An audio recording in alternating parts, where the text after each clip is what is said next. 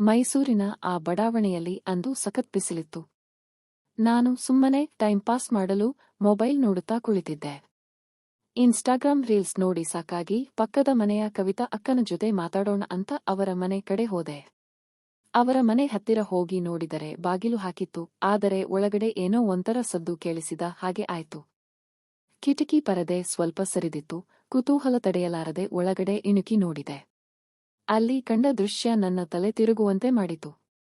ನಾನು ನೋಡಿದ್ದನ್ನು ಯಾರೂ ಗಮನಿಸಿಲ್ಲ ಅಂದುಕೊಂಡು ಅಲ್ಲಿಂದ ತಕ್ಷಣ ಓಡಿ ಬಂದೆ. ಆದರೆ ಅರ್ಧ ಗಂಟೆಯಲ್ಲೇ ಕವಿತಾ ಅಕ್ಕ ನನ್ನ ಮೊಬೈಲ್ಗೆ ಕರೆಸ್ಪಾಂಡ್ ಮಾಡಿ ನೇರವಾಗಿ ನನ್ನ ಮನೆಗೆ ಬಂದರು. ಅವರು ಬಿಚ್ಚಿಟ್ಟ ರಹಸ್ಯಗಳನ್ನು ಕೇಳಿದ ಮೇಲೆ ನನಗೆ ಶಾಕ್ ಆಯ್ತು. ಅಕ್ಕ ತನ್ನದೇ ಸ್ಟೈಲಿನಲ್ಲಿ ಬದುಕು ನಡೆಸಲು ಎಷ್ಟು ಪ್ಲಾನ್ ಮಾಡಿದ್ದಾರೆ ಎಂಬುದು ನನಗೆ ಆಗಲೇ ಗೊತ್ತಾಗಿದ್ದು. ಆ ಅಚ್ಚರಿಯ ಕತೆ ಏನು ಅಂತ ಈಗ ನೋಡೋಣ. ಮೇಡಂ, ನನ್ನ ಹೆಸರು ಪ್ರೀತಿ ಅಂತ. ಇದು ನಿಜವಾದ ಹೆಸರಲ್ಲ. ನನಗೆ 28 ವರ್ಷ, ಮದುವೆಯಾಗಿ ಕೆಲವು ವರ್ಷಗಳಾಗಿವೆ. ಈಗ 2 ವರ್ಷದ ಒಬ್ಬ ಮಗನಿದ್ದಾನೆ. ಮನೆಯಲ್ಲಿ ನನ್ನ ಅತ್ತೆ ಮತ್ತು ಮಾವ ಇಬ್ಬರೂ ಇದ್ದಾರೆ. ಅವರು ಮಗನನ್ನು ಚೆನ್ನಾಗಿ ನೋಡಿಕೊಳ್ಳುತ್ತಾರೆ. ಅದಕ್ಕೆ ಈ ಮಧ್ಯೆ ನನ್ನ ಫಿಟ್ನೆಸ್ ಕಾಪಾಡಿಕೊಳ್ಳಲು ಸಿಟಿಯಲ್ಲಿರುವ ಒಂದು ಜುಂಬಾ ಕ್ಲಾಸ್ಗೆ ಹೋಗುತ್ತಿದ್ದೇನೆ. ಅದು ಒಂಥರ ಡ್ಯಾನ್ಸ್ ಕ್ಲಾಸ್ ಅಂತ ನಿಮಗೂ ಗೊತ್ತೇ ಇದೆ. ದಿನಾಲೂ 1 ಗಂಟೆ ಕ್ಲಾಸ್ ಇರುತ್ತದೆ. ವಾರದಲ್ಲಿ 3 ದಿನ. ನನ್ನ ಮಗ ಹುಟ್ಟಿದಾನೆ ಅಂತಾನೆ ಹೇಳಿಲ್ಲ, ಮತ್ತೊಂದು ಸಿಎಂ ಮಾಡ್ತಾ ಇದ್ದಾನೆ ಅಂತ ಹೇಳಿದ್ರು. ನಾನು ಏನು ಹೇಳಿಲ್ಲ ಅವರಿಗೆ, ಸುಮ್ಮನೆ ನೋಡಿ ನಿಂತ್ಕೊಂಡಿದ್ದೆ ಅಷ್ಟೇ. ಅವಳೆಲ್ಲ ಹೇಳಿದ್ರು, ಅವ್ರು ನನ್ನ ನೋಡಿ ಹೇಳಿದ್ರು ಹಿಂಗಾಗಿತ್ತಿ ನಿಂಗೆ. ಅವ್ರು ಹೇಳಿದ್ದು ಒಂದು 15 ಎಕರೆ ರಾಗಿನೂ ಆಗೈತಿ, ಸ್ವಂತ ಮನೆ ತಗೋಬೇಕನ್ನೋದೆಲ್ಲಾಗಿತ್ತು. ತಗೊಂಡೆ. ಮನಸ್ನಾಗಿದ್ದು ಅವ್ರಾಗ್ಲೇ ಹೇಳಿದ್ರು, ನಾವೇನು ಹೇಳಿದ್ದಿಲ್ಲ. ಅವ್ರಾಗ್ಲೇ ಎಲ್ಲ ಹೇಳಿದ್ರಿ. ಪರಿಹಾರ ಪಡೆದ ಜನರ ಅಭಿಪ್ರಾಯ ನೋಡಿ ಕರೆ ಮಾಡಿ. ಸ್ತ್ರೀ ವಶೀಕರಣ ಸ್ಪೆಷಲಿಸ್ಟ್. ನೀವು ಪ್ರೀತಿಯಲ್ಲಿ ನಂಬಿ ಮೋಸ ಹೋಗಿದ್ದೀರಾ? ಇಷ್ಟಪಟ್ಟವರು ನಿಮ್ಮಂತೆ ಆಗಬೇಕಾ? ಗಂಡನ ಪರಸ್ತ್ರೀ ಸಹವಾಸ ಬಿಡಿಸಬೇಕಾ? ಮದುವೆಯ ವಿಚಾರದಲ್ಲಿ ಸಮಸ್ಯೆ ಆಗ್ತಾ ಇದೆಯಾ? ಆರೋಗ್ಯ ಸಮಸ್ಯೆ ಇದೆಯಾ?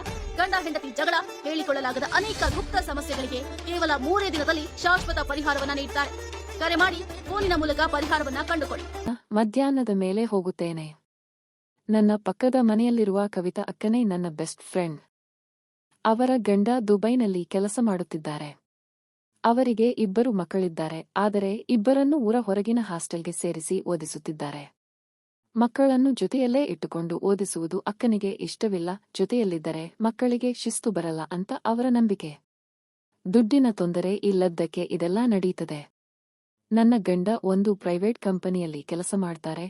ಹಾಗಾಗಿ ಮನೆಗೆ ಬರಲು ದಿನಾಲೂ ಲೇಟ್ ಆಗುತ್ತದೆ. ಆದರೆ ಸಂಬಳ ಚೆನ್ನಾಗಿ ಕೊಡುತ್ತಾರೆ. ನನ್ನ ಯಾವುದೇ ಹವ್ಯಾಸಕ್ಕೂ ಅವರು ಅಡ್ಡಿ ಮಾಡಲ್ಲ. ಆದರೆ ಇಬ್ಬರೂ ಜೊತೆಯಾಗಿ ಹೊರಗಡೆ ಸುತ್ತಾಡುವುದು ತುಂಬಾ ಕಡಿಮೆ. ಆದರೇನು, ರಾತ್ರಿ ಕರೆಕ್ಟ್ ಟೈಮ್ಗೆ ಮನೆಗೆ ಹಾಜರಾಗುತ್ತಾರೆ.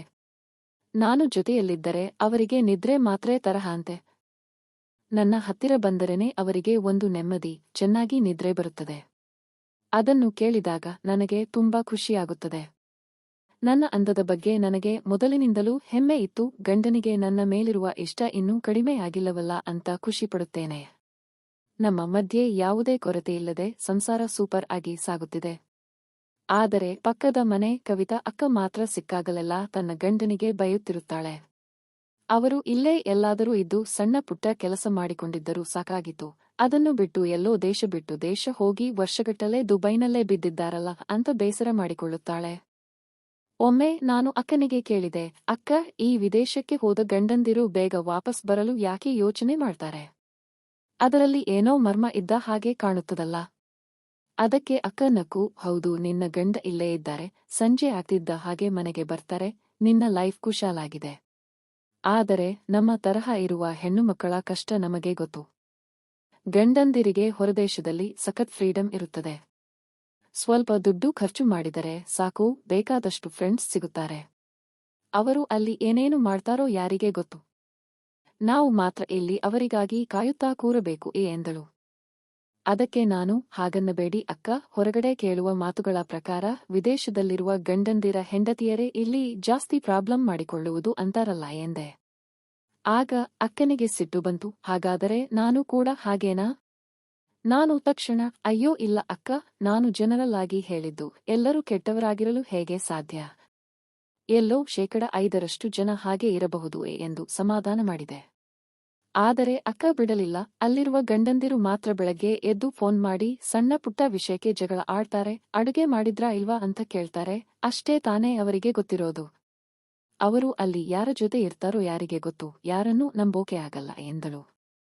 ಹಾಗಾದರೆ ಅಕ್ಕ, ನಿನಗೆ ಅವರ ಮೇಲೆ ನಂಬಿಕೆ ಇಲ್ಲದಿದ್ದರೆ ಡೈವೋರ್ಸ್ ಕೊಟ್ಟು ಬೇರೆ ಯಾರನ್ನಾದರೂ ಮದುವೆಯಾಗಬಾರದೆ ಅಂತ ತಮಾಷೆಗೆ ಕೇಳಿದೆ. ಅದಕ್ಕೆ ಅಕ್ಕ, ಇನ್ನೊಬ್ಬನ ಕೈಕೆಳಗೆ ಬಿದ್ದು ಬದುಕಲು ನನಗೆ ಇಷ್ಟವಿಲ್ಲ. ಈಗ ನನಗೆ ಯಾರ ಹಂಗೂ ಇಲ್ಲ, ನಾನೇ ಬಾಸ್ ಎಂದಳು. ಅಂದರೆ ನಿನಗೆ ಯಾರೂ ಬೇಡವಾ ಅಂದಿದ್ದಕ್ಕೆ ನನಗೆ ಎಲ್ಲವೂ ಮ್ಯಾನೇಜ್ ಮಾಡೋಕೆ ಬರುತ್ತದೆ. ನಾನಿಲ್ಲಿ ಸುಮ್ಮನೆ ಇರುವುದು ನನ್ನ ಸಂಸ್ಕಾರದ ಮರ್ಯಾದೆಗೋಸ್ಕರ ಅಷ್ಟೇ ಅಂದಳು. ನಾನು ಸರಿ ಅಕ್ಕ, ನಿನ್ನ ವಿಷಯ ಯಾರಿಗೆ ಗೊತ್ತು ಅಂದುಕೊಂಡು ಸುಮ್ಮನಾದೆ. ನಮ್ಮ ಮಾತುಕತೆ ಹೀಗೆ ಸಾಗುತ್ತಿತ್ತು. ಒಂದು ದಿನ ಮಧ್ಯಾಹ್ನ ನನಗೆ ಅರ್ಜೆಂಟ್ ಆಗಿ ಮೈಸೂರು ಸಿಟಿ ತನಕ ಹೋಗಬೇಕಿತ್ತು. ಕವಿತಾ ಅಕ್ಕನನ್ನು ಜೊತೆಗೆ ಕರೆಯೋಣ ಅಂತ ಅಂದುಕೊಂಡೆ. ಸಾಮಾನ್ಯವಾಗಿ ಅಕ್ಕ ಯಾವಾಗ ಕರೆದರೂ ಬರುತ್ತಿದ್ದಳು.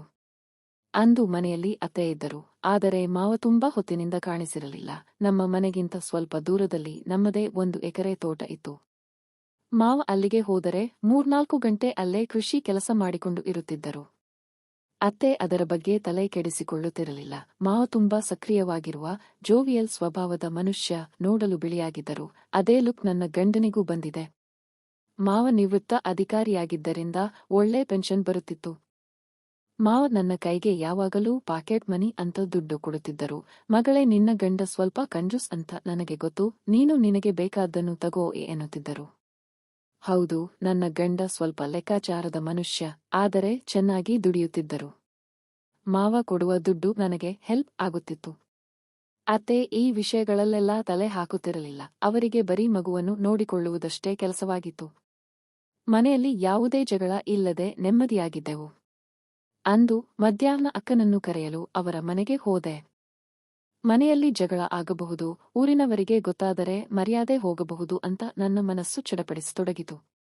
ನನಗೆ ಕವಿತಾ ಅಕ್ಕನ ಮೇಲೆ ಸಿಟ್ಟು ಬಂತು. ಅವಳು ಹೇಳುವುದೇ ಬೇರೆ, ಮಾಡುವುದೇ ಬೇರೆ. ನನ್ನ ಕಣ್ಣೆದುರು ಆ ದೃಶ್ಯವೇ ಪದೇ ಪದೇ ಬರುತ್ತಿತ್ತು. ನನ್ನ ಗಂಡ ಯಾಕೆ ನನ್ನನ್ನು ಇಷ್ಟೊಂದು ಕಂಟ್ರೋಲ್ ಮಾಡುತ್ತಾರೆ? ನನಗೆ ಕವಿತಾ ಅಕ್ಕನ ತರಹ ಸ್ವತಂತ್ರವಾಗಿರಲು ಬಿಡುವುದಿಲ್ಲ ಯಾಕೆ ಅಂತಲೂ ಒಮ್ಮೊಮ್ಮೆ ಅನಿಸತೊಡಗಿತು. ಅಕ್ಕ ಅಲ್ಲಿ ಎಲ್ಲವನ್ನೂ ತನ್ನ ಕಂಟ್ರೋಲ್ನಲ್ಲಿ ಇಟ್ಟುಕೊಂಡಿದ್ದಳು.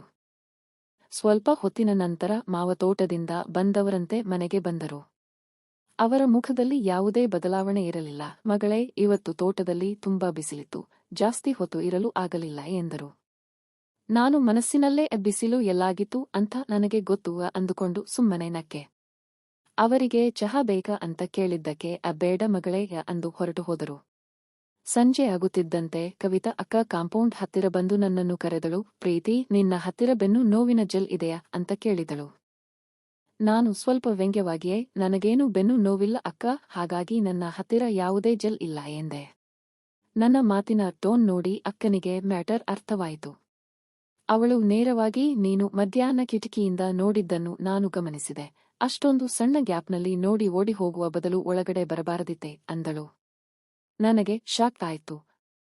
ಅಂದರೆ ನಿನಗೆ ಗೊತ್ತಿತ್ತೆ ಅಕ್ಕ ಎಂದೆ. ಅದಕ್ಕೆ ಅವಳು, ಇಲ್ಲಿ ಯಾರೂ ಬರಲ್ಲ ಅಂತ ಧೈರ್ಯ ಇತ್ತು, ಆದರೆ ನೀನು ಬರ್ತೀಯಾ ಅಂದುಕೊಂಡಿರಲಿಲ್ಲ ಎಂದಳು. ನಾನು ಹೊರಗಡೆ ಗಂಡನಿಗೆ ಬೈಯುತ್ತಾ ಒಳಗಡೆ ನನ್ನ ಮಾವನ ಜೊತೆ ಹೀಗೆ ಮಾಡ್ತಿದ್ದೀಯಲ್ಲ ಅಂದಿದ್ದಕ್ಕೆ ಅವಳು ಕತೆ ಪೂರ್ತಿ ಕೇಳುವ ಅಂತ ತನ್ನ ಮನೆಗೆ ಕರೆದುಕೊಂಡು ಹೋದಳು. ಅವಳು ಹೇಳಿದ ಪ್ರಕಾರ ಮದುವೆಯಾಗಿ ಇಲ್ಲಿಗೆ ಬಂದ ಹೊಸದರಲ್ಲಿ ಮಾವನೇ ಅವಳಿಗೆ ಸಣ್ಣದಾಗಿ ಸೈಟ್ ಹೊಡೆಯಲು ಶುರು ಮಾಡಿದ್ದರಂತೆ. ಮೊದಮೊದಲು ಇವಳು ಬೈದು ದೂರ ಇಟ್ಟಿದ್ದಳಂತೆ. ಆದರೆ ಗಂಡ ಇಲ್ಲದ ಒಂಟಿತನ ಮತ್ತು ದಿನಾಲು ಮಾವ ತೋಟಕ್ಕೆ ಹೋಗುವ ನೆಪದಲ್ಲಿ ಬಂದು ಪ್ರೀತಿ ತೋರಿಸುತ್ತಿದ್ದಕ್ಕೆ ಇವಳು ಒಪ್ಪಿಕೊಂಡಳಂತೆ. ಅಕ್ಕ ಹೇಳಿದಳು, ಕೆಲವು ಗಂಡಂದಿರು ಹೆಂಡತಿಯನ್ನು ಕಂಟ್ರೋಲ್ ಮಾಡಲು ನೋಡ್ತಾರೆ, ಆದರೆ ನಮಗೆ ಬೇಕಿರುವುದು ನಮ್ಮ ಮಾತನ್ನು ಕೇಳುವ, ನಮ್ಮ ಇಷ್ಟದಂತೆ ಇರುವ ಮನುಷ್ಯ. ನಿನ್ನ ಮಾವ ನನ್ನ ವಿಷಯದಲ್ಲಿ ತುಂಬಾ ಸಾಫ್ಟ್. ನನಗೆ ಲೈಫ್ನಲ್ಲಿ ಇದ್ದ ಬೇಸರ ಈಗ ದೂರಾಗಿದೆ. ಇದಕ್ಕೆ ನಿನಗೂ ಮತ್ತು ನಿನ್ನ ಮಾವನಿಗೂ ಥ್ಯಾಂಕ್ಸ್ ಹೇಳ್ಬೇಕು. ನಾನು ಆಶ್ಚರ್ಯದಿಂದ ನನಗೆ ಯಾಕೆ ಥ್ಯಾಂಕ್ಸ್ ಎಂದೆ. ಅದಕ್ಕೆ ಅವಳು ನಕ್ಕು, ನಿನ್ನ ಮಾವ ನಿನ್ನನ್ನು ನೋಡಿ ಇಂಪ್ರೆಸ್ ಆಗಿದ್ದರು, ಆದರೆ ನಿನ್ನ ಹತ್ತಿರ ಏನೂ ಹೇಳೋಕೆ ಆಗದೆ ನನ್ನ ಹತ್ತಿರ ಬಂದರು ಎಂದಳು. ಅವಳ ಮಾತು ಕೇಳಿ ನನಗೆ ಸಖತ್ ಕೋಪ ಬಂದರೂ ತಡೆದುಕೊಂಡೆ. ಅಕ್ಕ ಮುಂದುವರಿಸಿದಳು, ನೀನು ಡ್ಯಾನ್ಸ್ ಕ್ಲಾಸ್ ಮುಗಿಸಿ ಬಂದ ಮೇಲೆ ಮನೆಯಲ್ಲಿ ಶಾರ್ಟ್ಸ್ ಹಾಕಿಕೊಂಡು ಎಕ್ಸರ್ಸೈಸ್ ಮಾಡುವುದನ್ನು ನಿನ್ನ ಮಾವ ನೋಡ್ತಾ ಇದ್ದರಂತೆ. ಅದು ಅವರ ತಲೆಯಲ್ಲಿ ಓಡುತ್ತಿತ್ತು. ಅದನ್ನು ನನ್ನ ಹತ್ತಿರ ಬಂದು ಶೇರ್ ಮಾಡಿಕೊಂಡರು. ಹಾಗಾಗಿ ಈ ರಹಸ್ಯ ಯಾರಿಗೂ ಹೇಳಬೇಡ, ಸಂಸಾರ ಹಾಳು ಮಾಡಬೇಡ ಅಂತ ರಿಕ್ವೆಸ್ಟ್ ಮಾಡಿದಳು. ನಾನು, ನಿಮ್ಮ ವೈಯಕ್ತಿಕ ವಿಷಯಕ್ಕೆ ನಾನು ಬರಲ್ಲ ಅಕ್ಕ ಎಂದು ಅಲ್ಲಿಂದ ಬಂದೆ. ಆದರೆ ದಿನ ಕಳೆದಂತೆ ನನ್ನ ಮನಸ್ಸಿನಲ್ಲಿ ಅಸೂಯೆ ಶುರುವಾಯಿತು. ಇವರಿಬ್ಬರ ಸಂಬಂಧವನ್ನು ಹೇಗಾದರೂ ಮಾಡಿ ಮುರಿಯಬೇಕು ಅಂತ ಅನಿಸಿತು. ಒಂದು ದಿನ ಮನೆಯಲ್ಲಿ ಯಾರೂ ಇಲ್ಲದಾಗ ನಾನು ಮಾವನ ಎದುರು ನೇರವಾಗಿ ನಿಂತೆ. ಮಾವ, ಇನ್ಮುಂದೆ ಕವಿತಾ ಅಕ್ಕನ ಜೊತೆ ಇರೋದು ಬೇಡ, ಇದೆಲ್ಲ ತಪ್ಪು ಎಂದು ಗದರಿದೆ. ಅದಕ್ಕೆ ಮಾವ ಗಾಬರಿಯಾಗಿ, ಅಯ್ಯೋ ಮಗಳೇ, ಇದರಿಂದ ನಿನಗೇನು ತೊಂದರೆ? ಅವಳು ಬೇರೆಯವಳು ತಾನೇ ಎಂದರು. ನಾನು ಕೋಪದಿಂದ, ಅವಳು ಬೇರೆಯವಳಾಗಿದ್ದರೂ ಅವಳು ಹೇಳಿದಂತೆ ನೀವು ಕೇಳ್ತೀರಲ್ಲ. ನನ್ನ ಗಂಡ ನನ್ನನ್ನು ಕಂಟ್ರೋಲ್ ಮಾಡ್ತಾರೆ, ಆದರೆ ನೀವು ಅವಳಿಗೆ ಅಷ್ಟೊಂದು ಫ್ರೀಡಂ ಕೊಟ್ಟಿದ್ದೀರಾ. ಕವಿತಾ ಅಕ್ಕ ಹೇಳಿದಳು, ನೀವು ನನ್ನನ್ನು ನೋಡಿಯೇ ಅವಳ ಹತ್ತಿರ ಹೋಗಿದ್ದು ಅಂತ. ಹಾಗಿದ್ದ ಮೇಲೆ ನನಗೆ ಸಿಗಬೇಕಾದ ಪ್ರಾಮುಖ್ಯತೆ ಅವಳಿಗೆ ಯಾಕೆ ಸಿಗಬೇಕು ಎಂದು ವಾದ ಮಾಡಿದೆ. ಮಾವನಿಗೆ ನನ್ನ ಮಾತಿನ ಅರ್ಥ ಗೊತ್ತಾಗಿ ಇದೊಂದು ಅವಕಾಶ ಅಂದುಕೊಂಡು ನನ್ನನ್ನು ಸಮಾಧಾನ ಮಾಡಲು ಹತ್ತಿರ ಬಂದರು. ಕೊನೆಗೆ ಮಾವ ನನ್ನೊಂದಿಗೂ ಒಂದು ಒಪ್ಪಂದಕ್ಕೆ ಬಂದರು. ಈಗ ನನ್ನ ಬದುಕು ಡಬಲ್ ಗೇಮ್ ತರಹ ಆಗಿದೆ. ಗಂಡ ಮನೆಗೆ ಬಂದಾಗ ನಾನು ತುಂಬಾ ಸೌಮ್ಯವಾದ ಹೆಂಡತಿಯಾಗಿ ಇರುತ್ತೇನೆ. ಆದರೆ ಗಂಡ ಆಫೀಸ್ಗೆ ಹೋದಾಗ ನನ್ನ ಮಾವ ನನ್ನ ಪ್ರತಿಯೊಂದು ಮಾತನ್ನು ಅಕ್ಷರಶಃ ಪಾಲಿಸುತ್ತಾರೆ. ಇದರಿಂದ ನನಗೆ ಒಂಥರ ಅಹಂಕಾರ ಬಂದಂತಾಗಿದೆ. ನನ್ನ ಈ ಬದಲಾದ ನಡವಳಿಕೆಯಿಂದಾಗಿ ಈಗ ನನ್ನ ಗಂಡನ ಜೊತೆ ಜಗಳಗಳು ಹೆಚ್ಚಾಗುತ್ತಿವೆ. ಈ ಸಂಸಾರವೇ ಬೇಡ ಎನ್ನುವ ಮಟ್ಟಕ್ಕೆ ಮನಸ್ಸು ಹೋಗುತ್ತಿದೆ. ನನಗೆ ಈಗ ಏನು ಮಾಡಬೇಕೋ ತಿಳಿಯುತ್ತಿಲ್ಲ. ಗಂಡನ ಎದುರು ನನ್ನ ಈ ಹೊಸ ಆಟಿಟ್ಯೂಡ್ ವರ್ಕ್ ಆಗುತ್ತಿಲ್ಲ. ಪ್ರತಿಯೊಬ್ಬ ಗಂಡನು ಹೆಂಡತಿಯನ್ನು ಗುಲಾಮಳನ್ನಾಗಿ ಇಟ್ಟುಕೊಳ್ಳಲು ಬಯಸುವುದಿಲ್ಲ. ನಮ್ಮಿಬ್ಬರ ಮಧ್ಯೆ ಇದ್ದ ಗೌರವ ಈಗ ಕಡಿಮೆಯಾಗುತ್ತಿದೆ. ನನ್ನ ಈ ಸೀಕ್ರೆಟ್ ಲೈಫ್ನಿಂದಾಗಿ ನನ್ನ ಅಸಲಿ ಸಂಸಾರವೇ ಹದಗೆಡುತ್ತಿದೆ. ಇತ್ತೀಚೆಗೆ ನಾನು ಇನ್ಸ್ಟಾಗ್ರಾಮ್ ಮತ್ತು ಫೇಸ್ಬುಕ್ನಲ್ಲಿ ರಿಲೇಶನ್ಶಿಪ್ ಕೌನ್ಸಿಲರ್ ಪುಟಗಳನ್ನು ಹುಡುಕಲು ಶುರು ಮಾಡಿದ್ದೇನೆ. ನನ್ನ ಈ ಗೊಂದಲದ ಮನಸ್ಥಿತಿಗೆ ಪರಿಹಾರ ಸಿಗದೆ ಹೋದರೆ ಮಾವನ ಜೊತೆಗಿನ ಈ ಆಟ ಮತ್ತು ಕವಿತಾ ಅಕ್ಕನ ಮೇಲಿನ ಅಸೂಯೆ ನನ್ನ ಇಡೀ ಬದುಕನ್ನು ಸ್ಮಶಾನ ಮಾಡುವುದು ಗ್ಯಾರಂಟಿ. ಸೋಷಿಯಲ್ ಮೀಡಿಯಾದಲ್ಲಿ ಕಾಣುವ ರಂಗುರಂಗಿನ ಫ್ಯಾಂಟಸಿ ಬದುಕು ಬೇರೆ, ನಮ್ಮ ಕಣ್ಣೆದುರಿಗಿರುವ ವಾಸ್ತವ ಬದುಕೇ ಬೇರೆ ಎಂಬುದನ್ನು ನಾನು ಸದ್ಯದಲ್ಲೇ ಅರಿತುಕೊಳ್ಳಬೇಕಿದೆ. ಇಲ್ಲದಿದ್ದರೆ ನನ್ನ ಸುಂದರ ಸಂಸಾರ ಧೂಳೀಪಟವಾಗುವುದು ಖಂಡಿತ.